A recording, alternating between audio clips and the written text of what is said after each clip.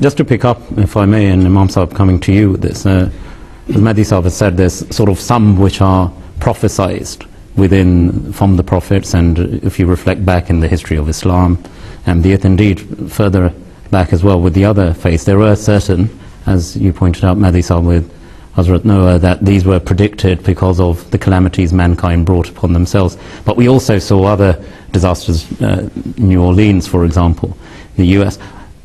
The constant question that we get from a lot of people, particularly, as I said right at the start, for people of no faith, is this issue of, if God is merciful, if God is merciful to all of mankind and indeed all of the world, and innocents get caught up in this, why?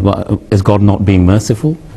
Well, I think a very quick, simple answer to this one is that everybody who has come to this world has to pass away anyway. If suppose these epidemics and disasters and floods and cyclones, these things are not there, are those people going to live forever? They are going to die on bed, maybe, or on the roadside, or on the road, or in the aeroplane somewhere. So whether people are caught in such accidents or not, they have to move away from this world anyway. That is one aspect. But earlier on, Mahdi Sahib was mentioning about these benefits. I think that is also a very wonderful point to note, that as a result of these disasters and sufferings and difficult times which people have to go through, lot of inventions and new things have been discovered as a result of that. And this is something which goes a long way towards the furtherance of knowledge and inventions, investigations, and also some medicines are discovered as a result of that. So these sufferings, they also have some good aspect of that one, because they tempt the minds, they incite the minds that, well, we should do something. How can we protect it from that? And if it happens, then how to confront with the diseases, epidemics and other things. So as a result of that, you will see that wherever there is a suffering, there is some good point coming out of that. And picking up, I mean, you talk about progress in knowledge and science. And if you look at suffering, I mean, one of the things which we often see, I mean, our own example through Humanity First, that they often say that it takes a tragedy or an earthquake or a hurricane or whatever, or a tsunami indeed, which brings out the best of humankind. There's something that clicks inside a person, which is sympathy for one's fellow man. Yes, indeed. I'm reminded from Mahdi Sahib's discussion of a very interesting example that was given about suffering. The example is that there was a man who was observing this moth in the process of going through the cocoon stage and breaking out. And the man realized that this moth is going through a struggle to get out. Let me help this moth. So as he reached forward and broke the cocoon for the moth, it springs forth, but he noticed something opposite than what he intended. Instead of helping this moth to come out and become the butterfly, to grow wings quickly and fly off, the moth began to hop around on the earth. It never developed its wings, and slowly and sadly that was its existence. So in the process of this, we learn that if man attempts to interfere in God's plans of things, where he's doing things, if we understand God with wisdom and full knowledge, that is always the best plan. So even as we are going through this idea and concept of why do we suffer, if we can focus more on why does God do what he do, and he always does it with wisdom and goodness and justice, then that resolves many of the issues for a person of faith.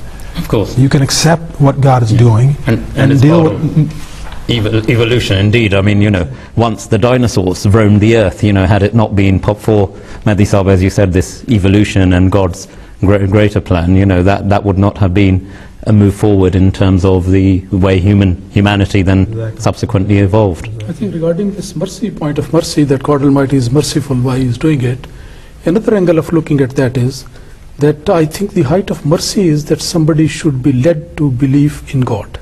And this is what God Almighty does through showing his mercy and beneficence and kindness to the people. When people get these bounties, they are reminded of God. That is one way which is overwhelming. Rahmati wasiyat kulla shay.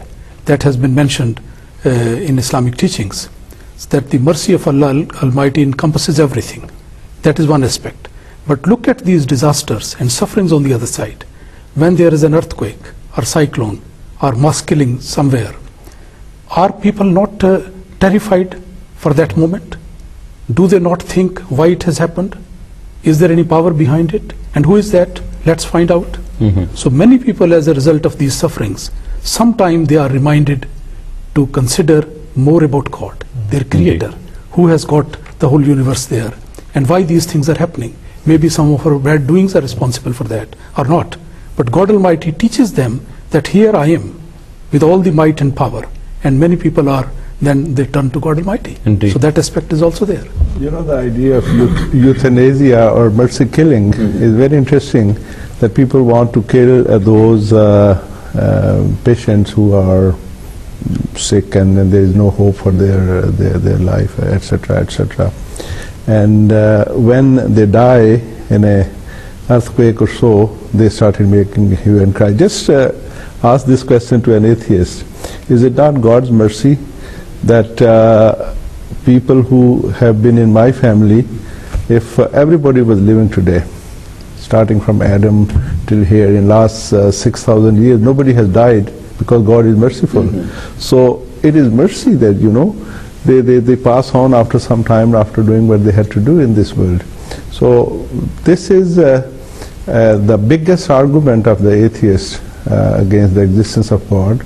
But by the grace of God, we can tackle this, but because of shortage of everybody, we can't go to I think we probably just skimmed the surface there, Aftab, but I hope in certainly the very detailed answers we have got, we've been able to answer the question. But indeed, if you feel, and other viewers indeed feel, that they would like further questions on this, maybe evolve the question further, to use a term Mehdi Saab used. Well, email us, fax in your subsequent question on this particular issue.